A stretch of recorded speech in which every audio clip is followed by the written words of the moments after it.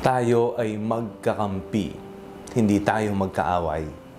Ako po si Father Fiel Pareha at ito po ang ating segment, ang Daily Devotion, na kung saan tayo po ay magdarasal, magbabasa at magninilay kasama ng salita ng Diyos sa buong taon.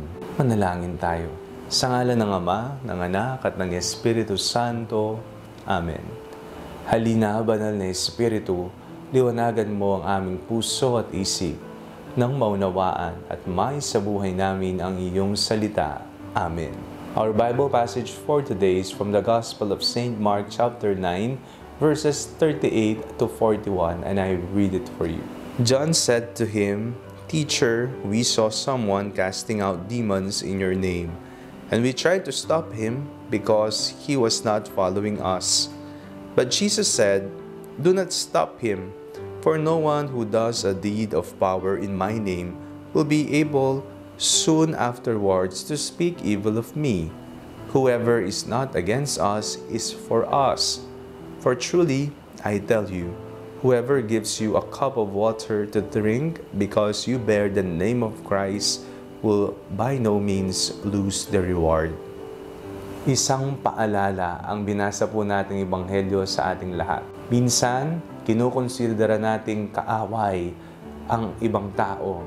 Hindi natin kakulay, hindi pareho ang ating paniniwala at pananampalataya o ang ating kulay o ang ating pinanggalingan. Ang alagad ni Jesus ay nagpatigil ng ibang tao sapagkat siya ay para bang gumagaya sa pagpapalayas ng masamang espiritu sa ngalan ni Jesus. Ngunit isang paalala ang ibinigay sa kanya ng Panginoong Jesucristo. Siya'y kakampi natin, siya'y kaisa natin, sapagkat nagpapalayas siya ng demonyo sa pamamagitan ng pangalan ni Jesus. Maraming pag-aawayan, maraming hindi pagkakaunawaan at diskusyon. Minsan, hindi natin namamalayan na ang Diyos ay isa lamang. Siya ay totoo, siya ay buhay kasama natin.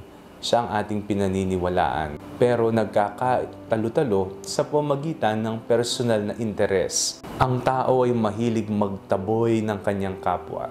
Ngunit sa Panginoon, hindi pagtataboy ang solusyon kung hindi pagkakaisa. Sapagkat tayong lahat ay mga anak ng Diyos. Tayong lahat ay tinatawag para sa isang misyon. Huwag mag-aaway. Kung mayroong hindi pagkakaunawaan, pag-usapan. Manalangin tayo. Panginoong Hesukristo, kami po ay lumalapit sa inyo.